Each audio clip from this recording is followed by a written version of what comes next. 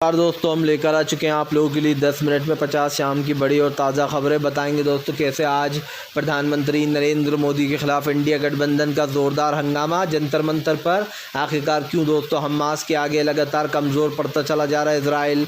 कैसे हूती विद्रोहियों के खिलाफ जाने से स्पेन ने साफ किया मना, कहा हम नहीं लड़ेंगे हूतियों से। अमेरिका को लगा झटका और क्यों आखिरकार अखिलेश यादव ने मायावती की एंट्री पर लगा दिया है बैन। तो तमाम मुद्दों पर होगी बात, लेकिन उससे पहले अगर आपने अब तक हमारे चैनल को सब्सक्राइब नहीं किया है जल्दी से कर लीजिए। पास में एक घंटी आएगी, इसको भी दबाइए ताकि हर वीडियो की जो अपडेट है वो आपको मिल पाए।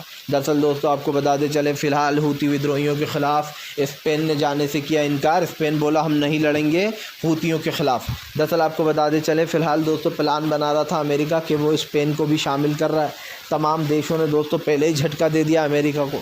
अमेरिका का कहना है कि अगर हमने लाल सागर में हूती विद्रोहियों को नहीं रोका तो हम पूरी तरीके से बर्बाद हो जाएंगे, हमारे देशों में महंगाई फैल जाएगी। लेकिन उसके बाद भी आपको बता दें कोई भी साथ देने को तैयार नहीं। आपको बता दें आज इंडिया गठबंधन की बड़ी रैली मोदी सरकार के खिलाफ ज़बरदस्त तरीके से हो रहा हल्ला बोल। दरअसल आपको बताते चले प्रधानमंत्री मोदी के खिलाफ मोर्चा खोल दिया इंडिया गठबंधन के जो 143 नेता सस्पेंड हुए इनके खिलाफ। आपको बताते चले तमाम लोग प्रोटेस्ट कर रहे हैं और इन लोगों को सपोर्ट कर रहे हैं जिन लोगों को सांसदों को निकाला गया। सीधी सी बात यह है कि जब भी बीजेपी परेशान हो जाती है उसे कोई सा कानून पास कराना होता है तो वो कहीं ना कहीं दोस्तों उस कानून को पास कराने में लग जाती है। 3 कानून है और तीनों कानून पर कहीं ना कहीं अब देखते ये हैं कि बीजेपी की क्या मोहर लगती है। सवाल सिर्फ ये नहीं है, सवाल ये भी है कि फ़िलहाल इस मैटर में कहीं ना कहीं सरकार की नीयत दिखती साफ नज़र आ रही है दोस्तों, और यही कारण है जो इंडिया गठबंधन प्रोटेस्ट कर रहा है। आपको बताते चले फ़िलहाल दोस्तों बढ़ गई हैं जो यहाँ पर इजराइल की मुश्किलें। आप एक बार फिर से हिजबुल्लाह ने दहला दिया पूरे इजराइल को। दरअसल आपको बताते चले हिजबुल्लाह के अटैक से बुरी तरीके से फंस गया इजराइल के ऊपर दोस्तों। हिजबुल्लाह ने फिर से एक के बाद एक बड़े अटैक कर दिए, जिसके बाद हिजबुल्लाह ने इजराइल की बोलती बंद कर दी। सीधी सी बात ये, हिजबुल्लाह के इस अटैक से इजराइल में फिर से हड़कंप मच गया। आपको बता दें हिजबुल्लाह रुकने का नाम इसलिए नहीं ले रहा है क्योंकि वो चाहता है कि जब तक गाज़ा में सब कुछ ठीक नहीं हो जाएगा, हमले नरसिंहार नहीं रुकेगा, तब तक वो भी नहीं रुकने वाला है। आपको बताते चले दोस्तों अखिलेश यादव ने सीधा साफ किया इनकार, कहा मायावती आएंगी तो फिर बसपा नहीं रहेगी इस गठबंधन का हिस्सा। सीधी सी बात ये दोस्तों, मायावती जो है वोट काटने के लिए जानी जाती है, इसलिए अखिलेश ने उनका पत्ता पहले ही कट कर दिया। अखिलेश ने साफ कहा है कि फ़िलहाल वो मायावती को किसी भी हाल में झेलेंगे नहीं, और ये भी साफ हो जाता है दोस्तों कि फ़िलहाल मायावती के साथ कहीं ना कहीं इनका जो बॉन्ड है वो भी सामने दिखाई दे जाता है। आपको बताते चले दोस्तों फिलहाल आखिरकार ऐसा सब कुछ क्यों हो रहा है। जी हाँ, इन तमाम मुद्दों पर सवाल उठ गया है। दरअसल हमने आपको पहले भी बताया था कि फ़िलहाल ये तमाम जो चल रहा है ख़ास करके प्रोटेस्ट दोस्तों, इसको लेकर विपक्ष हंगामे में। विपक्ष की कई मांगे दोस्तों, EVM को हटाओ, बैलेट पेपर लाओ, इन जैसे मुद्दों पर अब विपक्ष सड़कों पर है क्योंकि वो चाहता है कि असल में ये मुद्दे आ जाएँ, और ऐसे में मुद्दों से दोस्तों कहीं ना कहीं एक बड़ा पैमाने पर फ़ायदा होने वाला है। तो अब ये देखेंगे कि आखिरकार आने वाले समय में क्या होता है। लेकिन एक चीज़ तो साफ़ हो चुकी है कि फ़िलहाल अब शो में काफ़ी बड़ी बड़ी चीज़ों की एंट्री जो है यहाँ पर हो चुकी है।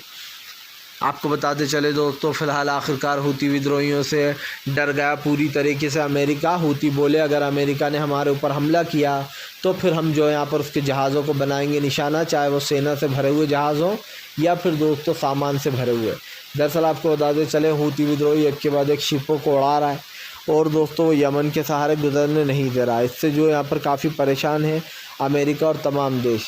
इधर दूसरी तरफ जो यहाँ पर इजराइल मानने को तैयार नहीं है, ख़ास करके हमास, और उसने इजराइल के कई ठिकानों को उड़ा डाला। अब ये तो साफ दिखाई दे रहा है कि फ़िलहाल एक के बाद एक की जो झड़पें हो रही हैं इसमें दोस्तों देश की जनता का ही नुकसान हो रहा है, जो वहाँ की रहने वाली जनताएँ हैं।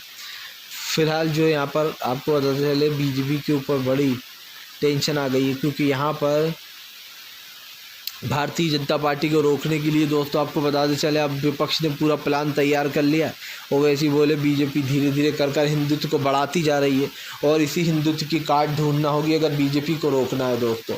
सिंपल सी बात ये, कई लोग तो बीजेपी को इसीलिए वोट दे डालते हैं दोस्तों क्योंकि बीजेपी कहीं ना कहीं जो है यहाँ पर लोगों को ये यकीन दिला देती है कि असली हिंदुत्ववादी हम ही, मतलब जो हमारा हिंदुत्व है वही सबसे सही है। आपको बता दें दोस्तों नीतीश कुमार वाराणसी से लड़ सकते हैं चुनाव। नीतीश कुमार के ऐलान के बाद बढ़ गई मोदी सरकार की मुश्किल। दरअसल आपको बताते चले वाराणसी मोदी का गढ़ माना जाता है और ज़्यादातरों का मानना ये है कि फ़िलहाल नीतीश कुमार को वाराणसी से चुनाव लड़ना चाहिए, क्योंकि नीतीश कुमार एक दिग्गज कैंडिडेट हैं दोस्तों, और नीतीश कुमार का एक दबदबा भी है। हालांकि प्रियंका गांधी का भी नाम सामने आया है, लेकिन प्रियंका गांधी से ज़्यादा मुझे लगता है नीतीश कुमार पर ट्राई करना चाहिए, क्योंकि नीतीश कुमार का एक जो कैरियर रहा है दोस्तों वो अच्छा खासा कैरियर रहा है, और ख़ास करके उनकी एक एज भी है। तो ऐसे में नीतीश कुमार का नाम अगर वहाँ पर आए तो ज़्यादा अच्छा होगा। ऐसे में हम आपको बता चलें अब ये मामला बढ़ भी रहा है, क्योंकि ये मामला जो शुरू तो मजाक से हुआ था लेकिन अब सीरियसनेस पर पहुँच गया। आपको बताते चले दोस्तों फ़िलहाल देश में किस तरीके के हालात हैं, कैसे हालात चल रहे हैं, ये कहीं ना कहीं क्या यहाँ पर जो चीज़ें हो रही हैं उससे छुप सकता है? नहीं। आपको बता दूं इसको रोकने के लिए जो है यहाँ पर अब कई इंडिया गठबंधन के लोगों ने फैसला किया है कि वो सड़कों पर उतरेंगे, और इसके ख़िलाफ़ दोस्तों जब तक मोर्चा खोले रखेंगे जब तक कि उनको फ़ायदा नहीं मिलता। ममता बनर्जी ने बीजेपी को ऊपर खड़ी खोटी सुनाते हुए कहा कि बीजेपी हर चीज़ को भगवा में ढालना चाह रही है, पूरे देश को भगवा रंग का बनाना चाहती है, और ये हम होने नहीं देंगे। हर देश में दोस्तों हमारे देश का जो सबसे ऊंचा तिरंगा है वही कहीं ना कहीं देश की शान है, और ये सब जानते हैं। ऐसे में अब मुश्किलें बढ़ गई हैं।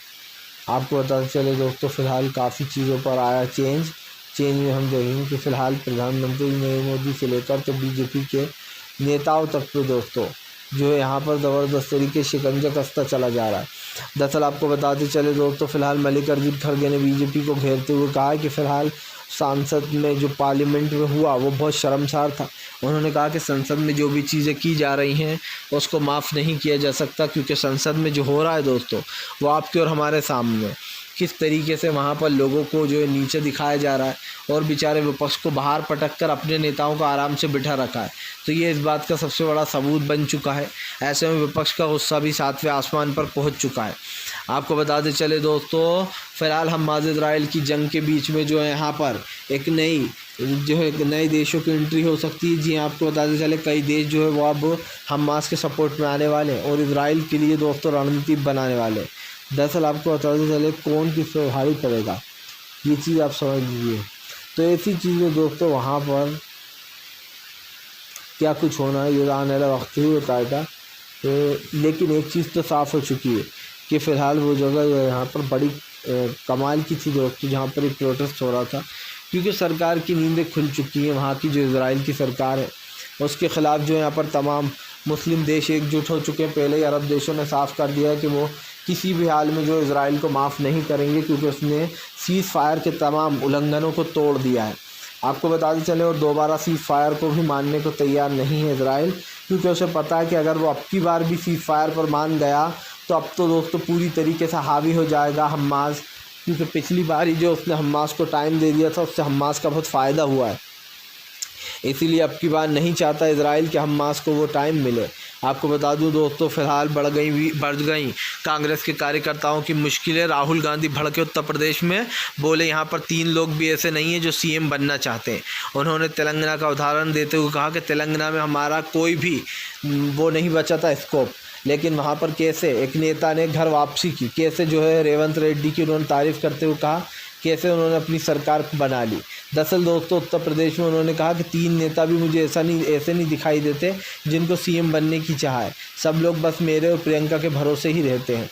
उन्हें खुद देखना चाहिए कि उत्तर प्रदेश में क्या माहौल चल रहा है, कैसे प्रोटेस्ट करना है और सब समझना होगा। उन्होंने जो यहाँ पर ये बात कही, तो कम से कम इस चीज़ को जो है यहाँ पर सपोर्ट होगा या नहीं ये तो आने वाला वक्त ही बताएगा। लेकिन जहाँ तक मुझे दिखाई देता है तो उस पर सपोर्ट होने वाला है। क्योंकि यहाँ पर इसमें दोस्तों कोई किसी का साथ नहीं दे रहा। हिजबुल्लाह और अमेरिका की लड़ाई में।